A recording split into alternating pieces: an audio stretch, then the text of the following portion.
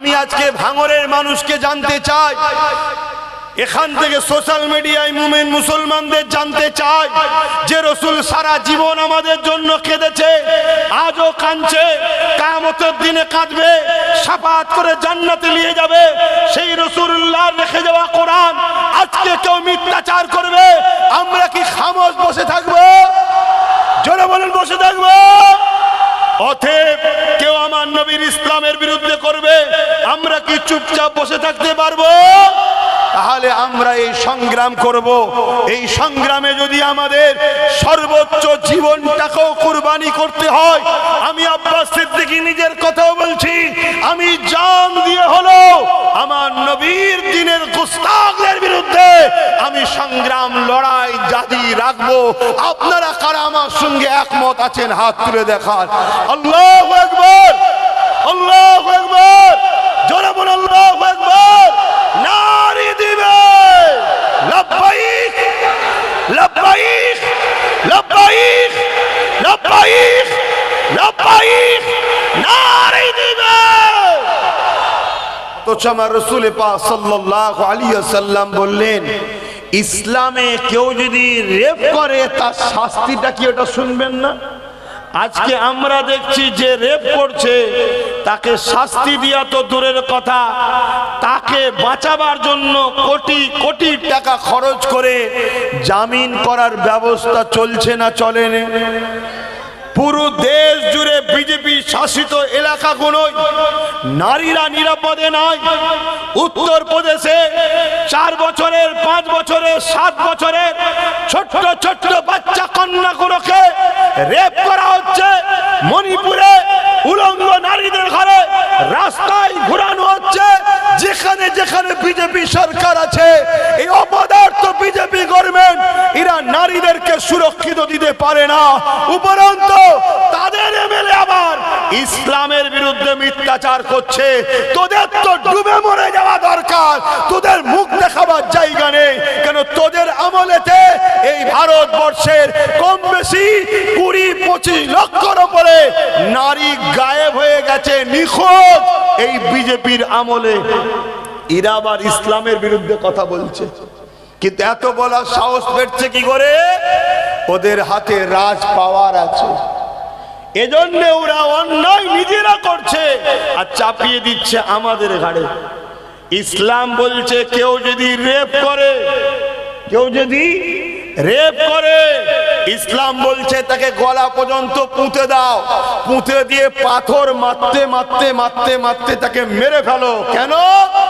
মায়ের জাতকে যে পুরুষ সম্মান করতে জানে না, ও পুরুষ মানুষ সুরাতে দুপায়ে একটা পশু, যাকে কোরআনের ভাষায় বলে উলাইকা কাল আনআম বাল হুম আদাল, তারা চতুষ্পদ জন্তুর নাই, তার থেকেও নিকৃষ্ট।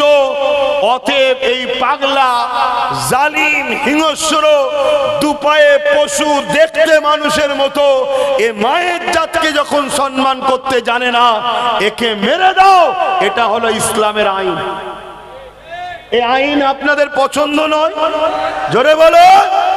কিন্তু আজকে এই আইনের বিরোধী করছে কারা? হয় তার ছেলে, নাই তার ভাই, নাই তার দলের ক্যাডাররা, যারা নারীদের শোষণ করে ঘুরে বেড়ায়, যারা রেপিস্ট, তারা আজকে ইসলামের বিরোধী করছে। শুনছেন না শোনেন না? মায়ের জাতের উপরে জুলুম হবে, এটা মেনে লিয়া যাবে? তাহলে আজকে বলেন, আল্লাহ নবী যখন 1000 বছর আগে এই দুনিয়া জমিনে এসেছিলেন, এই দুনিয়া জমিনে মানুষেরা নারীগুলোকে ভোগের পাত্রী বানিয়ে দিয়েছিল, নারীগুলোকে জ্যান্ত জ্যান্ত পুঁতে দিত, নারীগুলোকে বাজারে নিলামে তুলত। আমার মায়ের জাতেরা মন দিয়ে শোনেন, এই দুনিয়া জমিনে আজকে তোমাকে আমাকে রাসূলুল্লাহ থেকে সরাবার চক্রান্ত করছে, তোমাকে আমাকে ইসলাম থেকে সরাবার চক্রান্ত চলছে, তোমার আমার ইসলামকে কলঙ্কিত করার চক্রান্ত চলতেছে। এই বাংলার জমিনে প্রায় জায়গায় যায় আজও বলতে লেগেছে। আল্লাহ নবী নূহ নবী দয়া নবী যখন দুনিয়ার জমিনে আগমন করলে ওই সময় মক্কা সন্ত্রাস ছিল, আবু জেহেল, উতবা, সাইবা, আবু লাহাব, যাদের হাতে রাজ ক্ষমতা ছিল, এরা ক্ষমতা জোরে নারীদেরকে জুলুম করত, এদের চামচা কোনো নারীদের উপরে অত্যাচার করত, নারীদেরকেও কাজের মেলায় কিনা বেচা হতো, নারী দিগকে তাদের বাবারা জেন্ত জেন্ত পুঁতে দিত। এই অবস্থা দেখে আল্লাহ নবী ওই সময় মক্কা জমিনে নারীদের বাবাদেরকে বুঝাতে লাগলো, কেন আপনারা নারীদের উপরে জুলুম করছে, কেন আপনারা নারীগুলোকে জেন্ত জেন্ত পুঁতে দিচ্ছে। তারা বলতে লেগেছিল, হে আব্দুল্লাহর বেটা মুহাম্মদ, এই নারী কোনো অশুভ, এদের বাঁচার কোনো অধিকার নাই। আল্লাহ নবী তাদেরকে বললেন, না না না, নারী অশুভ নয়। অথচ আমি রাসূলুল্লাহ জানিয়ে দিই, কারো ঘরে যদি প্রথম কন্যা সন্তান হয়, এর মানে ওই নারীর বাবাকে মহান স্রষ্টা নারী পাঠিয়ে জান্নাতের সুসংবাদ দিল। আরো জোরে বলুন সুবহান। তাহলে নারীকে সম্মান ইসলাম দিয়েছে না দেয়? কিন্তু যারা ইসলামে ছিল না তারা নারীদের উপরে জুলুম করেছে না করেন? জোরে বলুন। যারা এক আল্লাহ মানত না, 360টা নকল খোদার উপাসনা করত, তারা নারীদেরকে জ্যান্ত পুঁতে দিত, নারীদেরকে ভোগ করত, নারীদের উপর অত্যাচার করত, বাজারে নিলামে তুলত। আরে আমার ইসলাম, আমার রাসূল এই নারীকে এত সম্মান দিল। কোন বাবার যদি প্রথম কন্যাটা সন্তানটা যদি কন্যা সন্তান হয়, এর মানে ওই বাবাকে সন্তান দিয়ে, কন্যা সন্তান দিয়ে জান্নাতের চিঠি, জান্নাতের পয়গাম, জান্নাতের মেসেজ, জান্নাতের খুশির খবর ওই বাপকে দিচ্ছে আল্লাহ। জোরে বলুন সুবহানাল্লাহ। বড় দুঃখ লাগবে, একটা কথা বলতে হবে, প্রায় বলি, আজও বলছি। এক কথা বারবার বলা হয় কেন? যাতে আমরা শুনে শুনে মুখস্থ হয় এবং পরিবর্তন হতে পারি। হাফেজ সাহেবরা যখন কোরআন পড়ে দেখবেন একই আয়াতকে ঘুরিয়ে ফিরিয়ে বার বার বার বার বলছে, জেহেনে যাতে লোড হয়। যে ইসলাম নারীকে এত মর্যাদা, এত সম্মান দিল, আজকে 1450-1500 বছর পর সেই ইসলামকে ভারতবর্ষের পশ্চিম বাংলার উত্তর 24 পরগনার ভাটপাড়ার বিজেপির এমএলএ অর্জুন সিং মিথ্যাচার করে, কলঙ্কিত করে, দাগ লাগাবার জন্য বলছে ইসলামে নাকি রেপ করাটা ভালো কাজ, খারাপ কাজ নয়। শুনেছেন আপনারা মেসেজটা? একটু হ্যাঁ কি না বলুন। কিন্তু আমার মা বোনগুলো হয়তো শোনেনি। কেন? আপনারা অন্য জায়গায় যত শুনতে গেলেও মা বোন তো যেতে পারে না, তাদেরকে জানানো দরকার আছে না? না, যে আমার মায়েদের জানা দরকার, আমার মায়েদের বোঝা দরকার যে সমাজে কি চলছে। আজকে জানতে চাইছি, আপনারা একটু আওয়াজ দেবেন। আমার ইসলামের নামে এত বড় মিথ্যাচার হলো, সেই জালিমের কি কোনো শাস্তি হয়েছে? আমি সবাইকে জিজ্ঞেস করছি, আওয়াজটি মনোপুত হচ্ছে না, শাস্তি হয়েছে কি? কেন শাস্তি হলো না? এটাই আমার প্রশ্ন। আমরা কখনো কোনো ধর্মের উপরে আঘাত দিই না। আমার কোরআন বলছে কোন দেবদেবীকে তোমরা গালি দিও না, অন্য ধর্মের উপরে আঘাত দিও না। কেন? সেটা তার আস্থা, তার প্রেম, তার বিশ্বাস, তার ভক্তি তার কাছে। ভুল করছে কি ঠিক করছে আমি আল্লাহ বুঝবো, তোমরা কারো ধর্মে আঘাত দিও না। কিন্তু আজকে 4.5 কোটির মুসলমানের বাংলায়, 60 কোটির ভারতের মুসলমানের ভারতে আজকে আমাদেরকে শুনতে হচ্ছে যে রাসূলুল্লাহ নারীদেরকে বাঁচাবার জন্য মার খেয়েছে, সেই নবীর ইসলামের গায়ে এত বড় একটা মিথ্যাচার যে ইসলামে নাকি রেপ করাটা ভালো কাজ, বলুন নাউজুবিল্লাহ। এর বিরুদ্ধে কেস হয়েছে না হয়নি? রাজ্য সরকারের পুলিশ অ্যারেস্ট করেছে, জোরে বলুন। আর ভাঙড়ের নিরীহ মুসলমানগুলোকে পায়ের উপরে পা দিয়ে জোর করে অ্যারেস্ট করা হচ্ছে, জুলুম করা হচ্ছে, বিভিন্ন জায়গাতে হচ্ছে। এর পিছনে রহস্যটা কি আমাদের বুঝতে বাকি আর আছে? একটাই রহস্য, এদের দুজনের মধ্যে সেটিং এ কাজ চলছে। অতএব ও যে কথা বলেছে ওই কথাটা আমার সরকারেরও মনোপুত হয়েছে, তাই ওকে অ্যারেস্ট করেনি। যদি এর মনোপুত না হতো অ্যারেস্ট করত। তাহলে বলুন, আমার ইসলাম কি এইভাবে মিথ্যাচার এর গাল খাবে? এইভাবে আমার ইসলামের উপর অপমান অপদস্থ করা হবে? আর আমরা মুসলমান খামোশে শুধু মসজিদে গিয়ে সেজদা দিয়ে মনে করব না জান্নাত পেয়ে গেছি, এক মাস রোজা রেখে মনে করব জান্নাত পেয়ে গেছি। অত সহজ নয়। নামাজ রোজা দাঁড়ি টুপি রেখে যদি জান্নাত পাওয়া যেত, তাহলে ইমামে হোসাইন পাক এজিদের বিরোধী করলো কেন? কিছু বুঝতে পারছে না মহারাজ? অসুবিধা হচ্ছে। এ তো ইসলামে নারীদের উপরে জুলুম করলে তার শাস্তি। এবারে মর্যাদা কত দিয়েছে শোনো।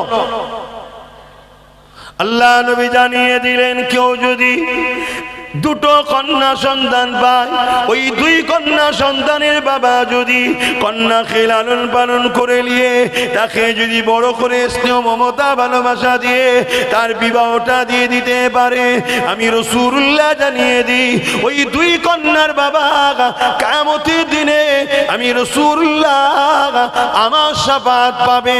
আমি নবী তাকে শাফাত করে জান্নাতে নিয়ে যাব।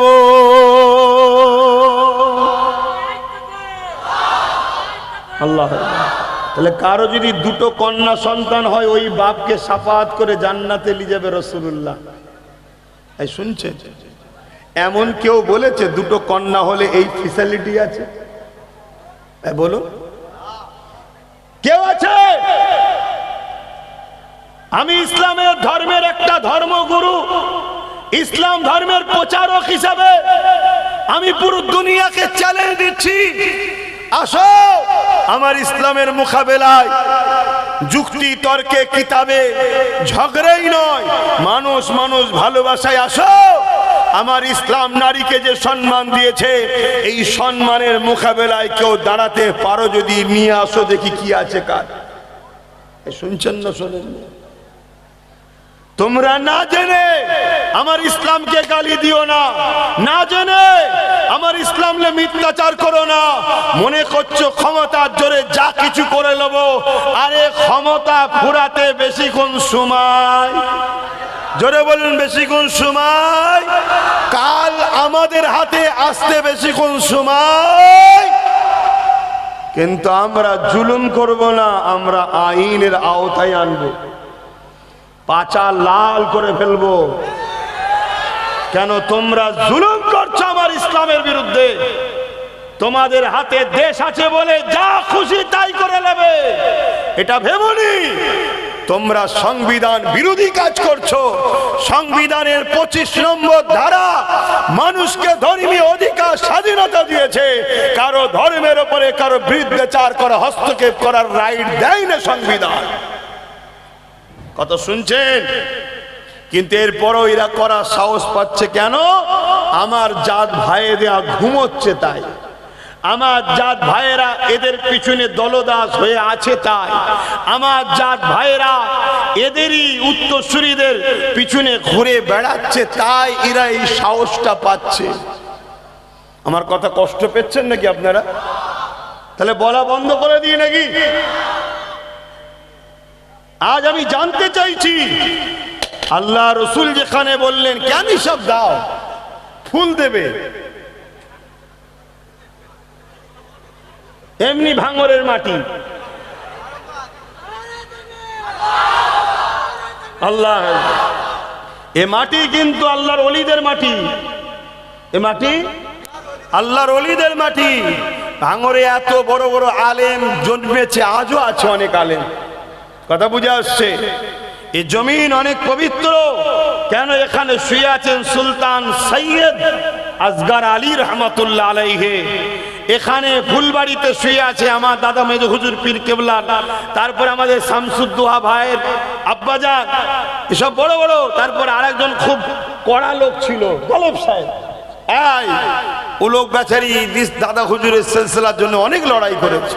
কি এরকম আরো অনেক রয়েছে, কিন্তু এটাকে বারবার বদনাম করা হচ্ছে, বদনাম করা হচ্ছে। কেন? এদের অনেক পুরাতন পরিকল্পনা আছে। ওই দিকে যাচ্ছি না, আমি আমার ইসলামের দিকে যাচ্ছি, আর ইসলামের দুশ্মনদের বিরুদ্ধে কথা বলছি। অসুবিধা আছে নাকি? আল্লাহ নবী জানিয়ে দিলেন, দুনিয়ার মানুষেরা কারো ঘরে যদি একটা দুটো তিনটে কন্যা সন্তান হয়, প্রথমে বলল দুটো কন্যা সন্তান হলে রাসূলুল্লাহ তাকে শাফাআত করবে। আল্লাহ নবী জানিয়ে দিলেন, কারো যদি পরপর তিনটে কন্যা সন্তান হয়, ওই বাপ যদি সন্তানগুলোকে পেয়ে বেজান না হয়, ওই বাপগুলো যদি নারাজ না হয়, ওই বাপগুলো যদি মনে কষ্ট না নেয়, ওই বাপগুলো যদি আল্লাহ দিয়ে নিয়ামত মনে করে, ওই তিন কন্যাকে লালন পালন করে তার বিবাহ শাদী দিয়ে দেয়, আমি রাসূলুল্লাহ জানিয়ে দিলাম ওই তিন কন্যার বাবা আর আমি রাসূলুল্লাহ আল্লাহর জান্নাতে দুটো আগুন তুলে দেখিয়েছে যেমন পাশাপাশি, ওই তিন কন্যার বাবা আর আমি রাসূলুল্লাহ আল্লাহ পাকে জান্নাতে পাশাপাশি থাকিব।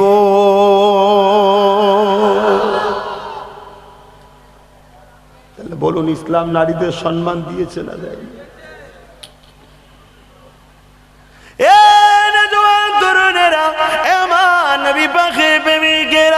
দুনিয়ার আইন হলো পুরুষকে এমন করে পণ দিতে হবে, পুরুষকে নারীর বাবাকে টাকা দিতে হবে, গাড়ি দিতে হবে, খাট পালং দিতে হবে, ঘর সাজিয়ে দিতে হবে। এটা দুনিয়ার আইন, দুনিয়ার আইন। আর আমার ইসলামের আইন হলো পুরুষকে নারীকে সম্মানিক মোহর দিতে হবে, তেন মোহর দিতে হবে, পুরুষকে দিতে হবে, পুরুষকে নারীর বাড়িতে যেতে হবে, নারীকে সম্মানের সঙ্গে নেকা করে নিয়ে আসতে হবে। এ যুবকেরা, তরুণেরা, বাপেরা, আল্লাহ পাক আমার রাসূলুল্লাহর মাধ্যমে নারীদের কি মর্যাদা দিয়েছে, কি সম্মান দিয়েছে। এ পুরুষেরা শুনে রেখে দাও, আমি একজন পুরুষ এবং হুজুরের ঘরের ছেলে, নবীর খানদান হিসাবে বলে যাচ্ছি, প্রতিটা পুরুষের জান্নাত হলো নারীর পায়ের তলায়। প্রতিটা পুরুষের জান্নাত হলো নারীর পায়ের তলায়। ওই নারীটা হলো ওই পুরুষের আম্মা জান। আল জান্নাতু তাতা আকদামুল উম্মাহাত। প্রতিটা ছেলে শুনো, প্রতিটা পুরুষ শোনো, প্রতিটা ছেলেদের জান্নাত হলো তার মায়ের পায়ের তলায়। মা হলো নারীর জাত, তাই নারীদের এত মর্যাদা আল্লাহ দিয়েছে। এ আমার মায়ের জাতেরা, আজ আপনাদেরকে বলি, দুনিয়া আপনাদেরকে নিয়ে খেল তামাশা বানাতে চাইছে, দুনিয়া আপনাদেরকে নিয়ে মজা করতে চাইছে। কিছুদিন আগে দেখতে পেলাম এই ভারতের একটা ভণ্ড বাবা, সেই বাবা নিজে বলতে লেগেছে নারী হলো মজা করা জিনিস। দেখেছেন কেউ সোশ্যাল মিডিয়ায়? কে কে দেখেছেন একটু সাক্ষী দেন। বাহ, একের অধিক তো হলেই গ্রান্টেড হয়ে যাবে। এখানে তো অনেকে সাক্ষী দিচ্ছে। তাহলে বাবা কি বলছে? নারী হলো, জোরে বলুন, মজা করা জিনিস। আর ইসলাম নারীদেরকে যারা মজা করা বলে তাদের বিরুদ্ধে যুদ্ধ করতে বলেছে। তাহলে এই বাবারা ইসলামের বিরুদ্ধে লাগবে না? লাগবে না? যেমন আর এক বেরিয়েছে ফোর পাস জালিম, ফোর পাস। সে জালিম বলছে কোরআনে নাকি 5 নম্বর আয়াতটা সূরা তাওবার নাকি হিংসা ছড়াচ্ছে। বলছে না? বলে না? আরে তুই তো ফোর পাস রে, তুই কোরআনের তো কফ বুঝিস না, তোর আব্বা বোঝে না, তোর দাদু বোঝে না, তোদের যত বড় বড় মাথায় বসে আছে তারা বোঝে না, তুই কি করে বুঝলি রে? তোদের বড় বাপ মাথায় যে বসে আছে সে আবার আমেরিকার বড় বাপকে আব্বা বলে, সেই আমেরিকায় কন্টিনিউ কোরআনের রিসার্চ হচ্ছে, তারাও বলতে পারছে না কোরআনে ভুল আছে, তারা বলছে কোরআনই একমাত্র কিতাব যার মধ্যে কোনো সন্দেহ নাই। জোরে বলুন সুবহানাল্লাহ।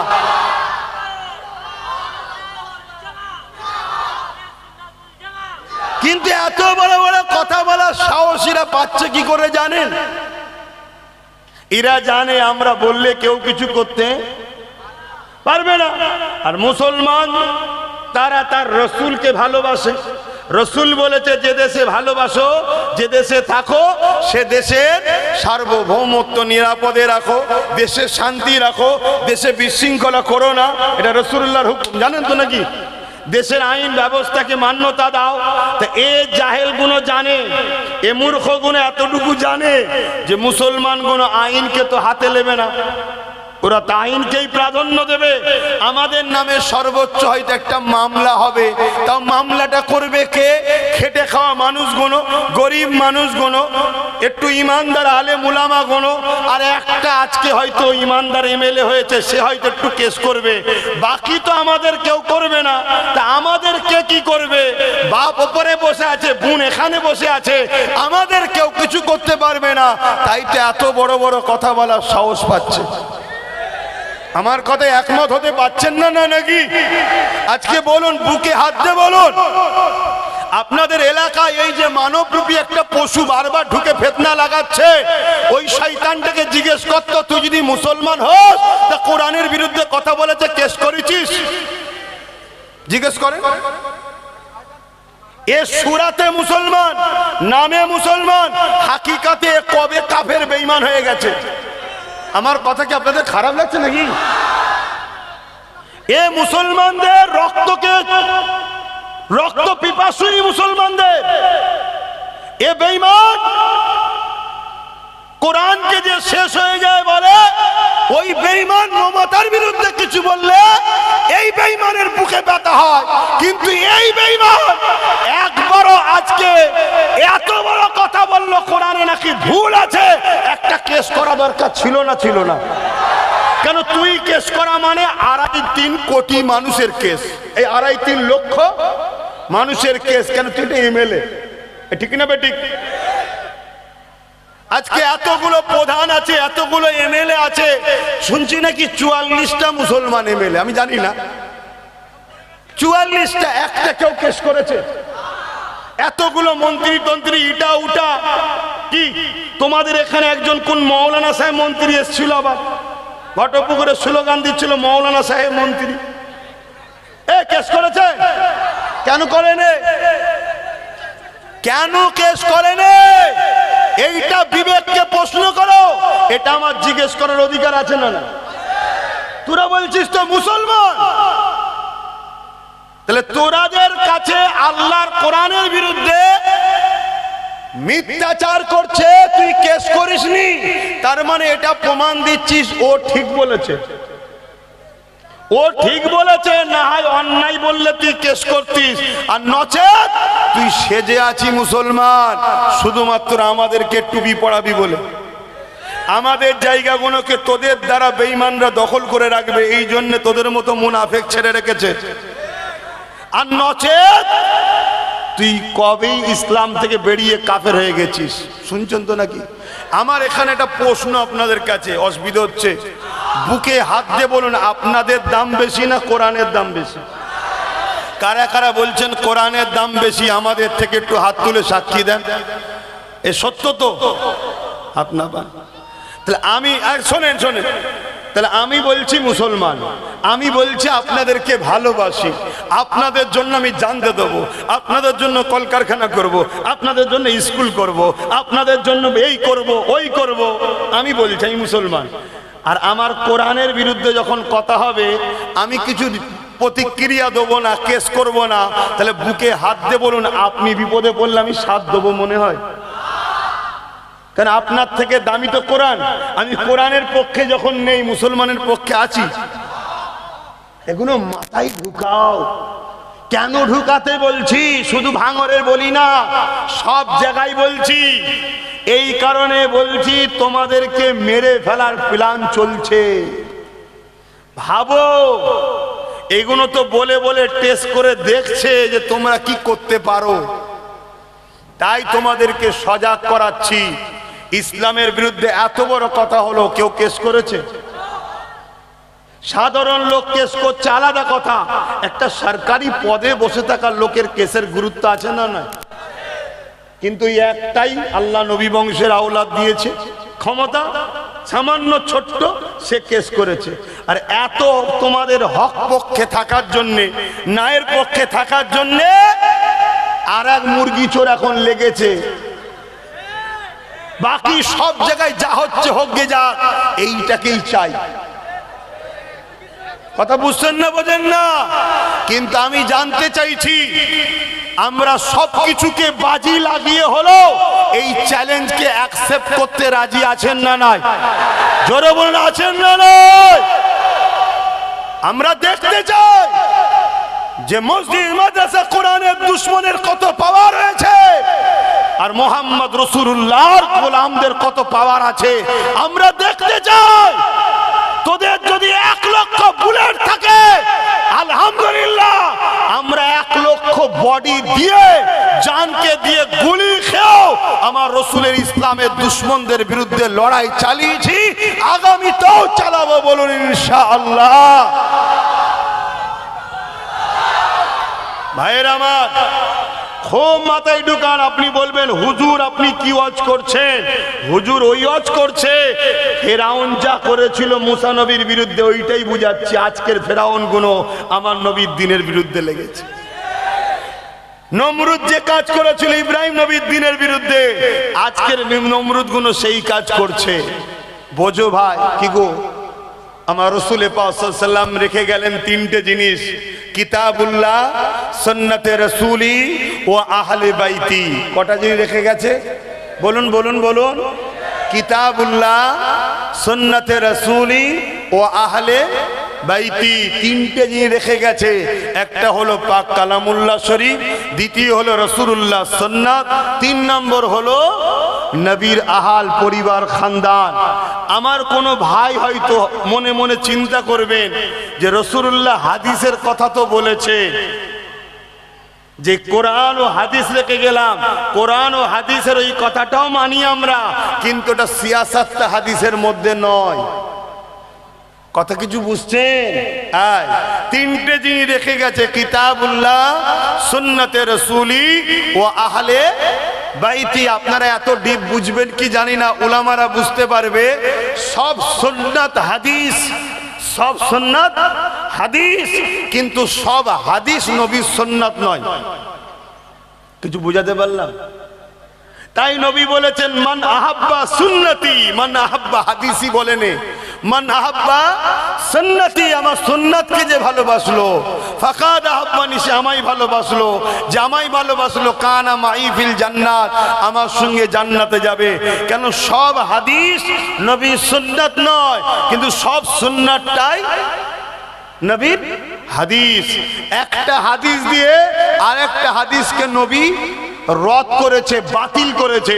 বাতিল বলে ওটাকে হাদিস অস্বীকার করলে ঈমান চলে যাবে, ওটাকে হাদিস বলে সম্মান করতে হবে, কিন্তু ওর উপরে আমল গ্রহণযোগ্য নেই, আমল করতে পারা যাবে না।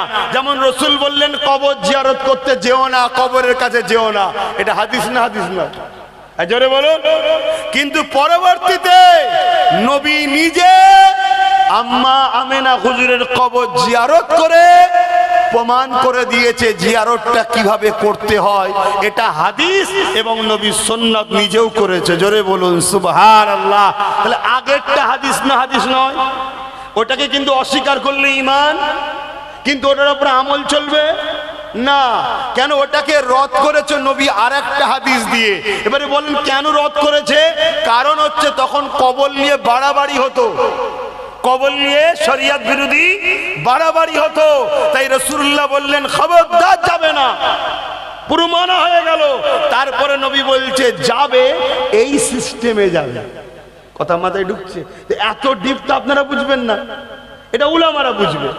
তাই রাসূল বললেন তিনটে জিনিস রেখে গেলাম, কিতাবুল্লাহ, সুন্নতে রাসূলি ও আহলে বাইতি। আমি আজকে ভাঙরের মানুষকে জানতে চাই, এখান থেকে সোশ্যাল মিডিয়ায় মুমিন মুসলমানদের জানতে চাই যে রাসূল সারা জীবন আমাদের জন্য কেঁদেছে, আজও কাঁদছে, কিয়ামতের দিনে কাঁদবে, শাফাআত করে জান্নাতে নিয়ে যাবে। সেই রাসূলুল্লাহ রেখে যাওয়া কোরআন আজকে কেউ মিথ্যাচার করবে, আমরা কি খামোশ বসে থাকবো?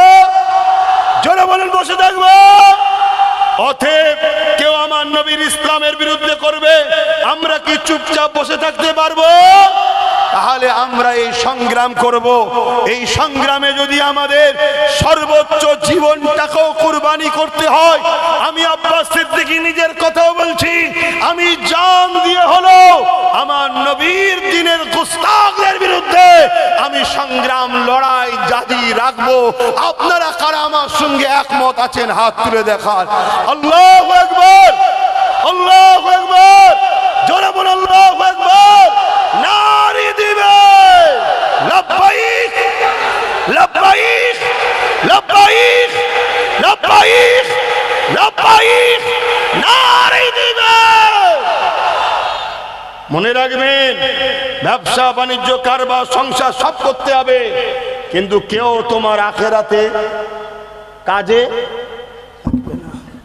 আরে কিয়ামতের দিনে বাপ ছেলের হবে না, ছেলে বাপের হবে না, মামির হবে না, মেয়ে মায়ের হবে না, স্বামী স্ত্রীর হবে না, স্ত্রী স্বামীর হবে না, বন্ধু বন্ধুর হবে না, কেউ কারো হবে না। এ না জওয়ানেরা, তোমাদের এই বেঈমান নেতাগুলো কেউ কারো হবে না গো। তোমাদের দিদি মুদি কিয়ামতের দিনে কোনো কাজে লাগবে না গো। ওপেন বলে যাচ্ছি, মন দিয়ে শোনো, কিয়ামতের দিনে একজনই কাজে লাগবে, সেটা হলো আমিন আল্লাহ মুহাম্মদ রাসূলুল্লাহ।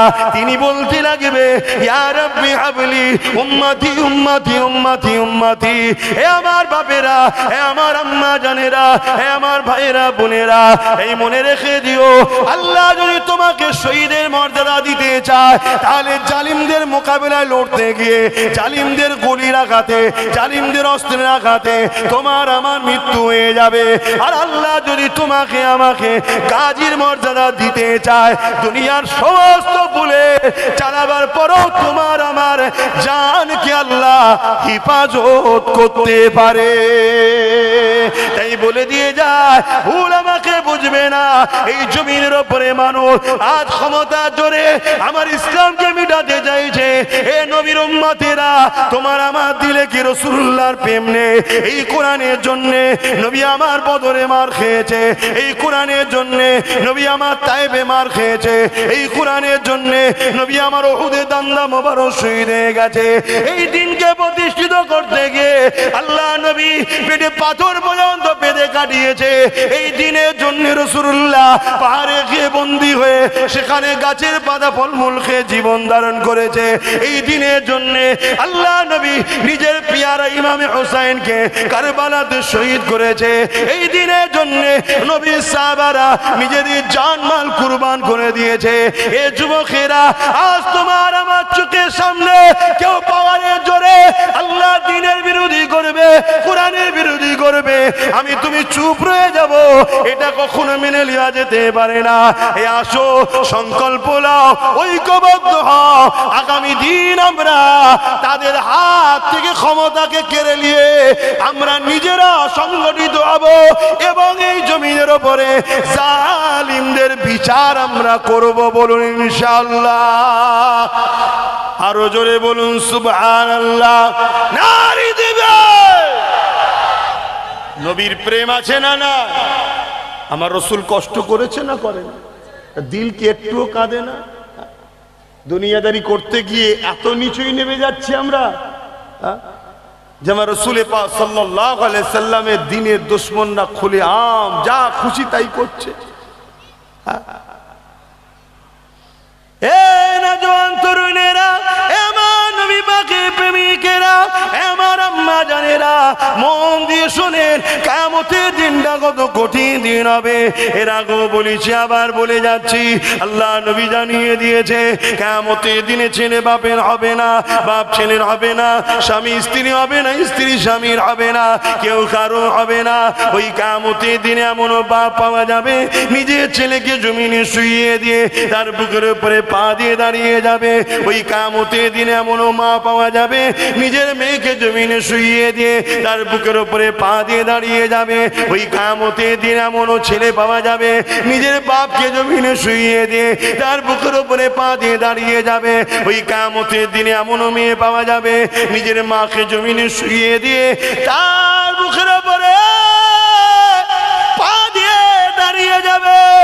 এ উম্মতে মুহাম্মাদি সাহাবা হুজুররা কাঁদে আর বলে, ইয়া রাসূলুল্লাহ, হাবিবাল্লাহ, এই রকমটা কেন হবে? আল্লাহ নবী জানিয়ে দিলেন, বাবা সাহাবারা, লোহা আগুনে দিলে যেমন পুড়ে পুড়ে পুড়ে পুড়ে লাল হয়ে যায়, কিয়ামতের দিনে সূর্য মাথার এক মেঘ দেখতে এক হাত উপরে আল্লাহ নামিয়ে দেবে। ওই সূর্যের তাপেতে মানুষের মাথার গিনুগুলো গলে গলে গলে গলে পড়তে লাগবে। ওই সূর্যের তাপেতে জমিনটা পুড়ে পুড়ে পুড়ে পুড়ে লাল হয়ে যাবে।